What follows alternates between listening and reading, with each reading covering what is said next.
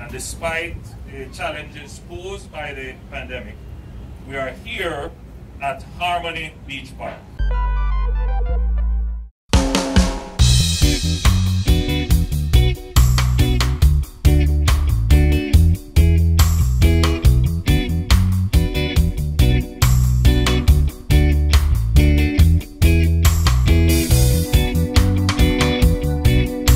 After 1 million, this result will become 1 million.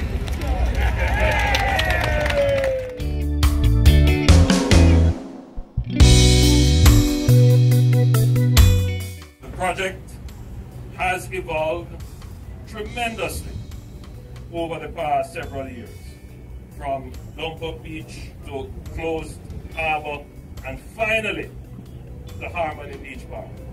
I certainly did not like the name Dump Up Beach. As a non-Montagonian myself, I inquired why was it called Dump Up Beach. I finally got the answer. Thank you. I couldn't understand why close the harbour. Just didn't sound elegant enough. And finally, we got a name through consultation. A name which is really relevant to the times. Harmony Beach Park. Because if it is one thing that we really need in our community, in our household, in our country, it's harmony. So, this is really the people's park.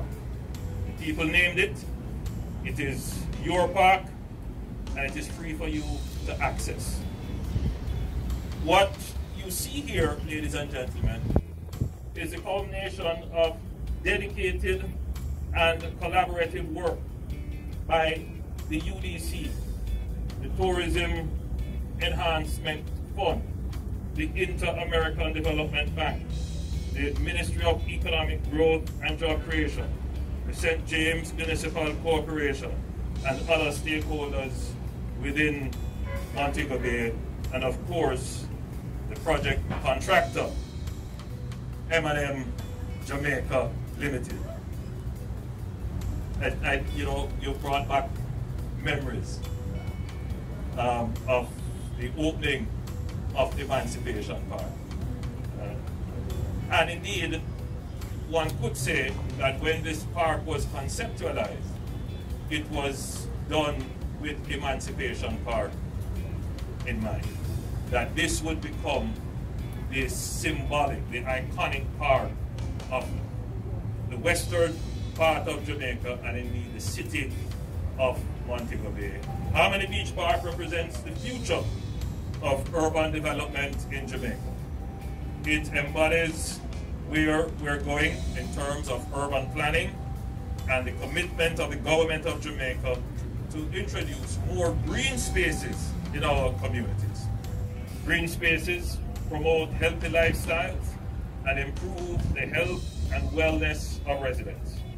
For this reason, I encourage you to see the beach park as a turning point for what you can expect from the government as it relates to sustainability in development. Ladies and gentlemen, your government has invested $1.3 billion to develop this 16-acre beach park for your free use. And I want to be careful with the word free. It might be free to the user, but it is not free to the people, the taxpayers of the country. This park must be maintained. A suggestion has been put on the table that the maintenance of it should fall to the NHD. I will have to hear what the NHD board thinks about that. It has been explained that there are some revenue earning opportunities within the park itself.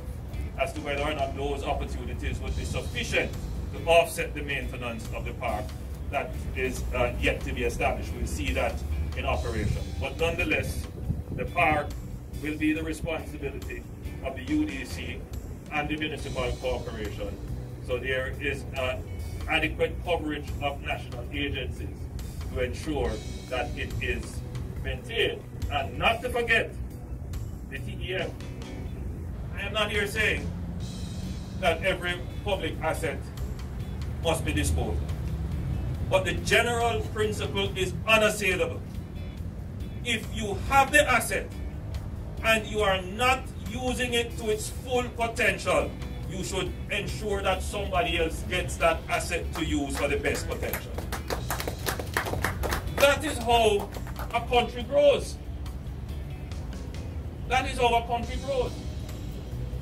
So I have said to the UDC and to all the other agencies that hold assets. If you are not using those assets, allow someone else who has a better idea, who has the resources to develop it, to develop those assets. I don't want this to be interpreted as the government saying to agencies, give up your assets. But the government is saying to the agencies, use your assets. Use it. If you don't use it, the nature of life is such that you're going to lose it.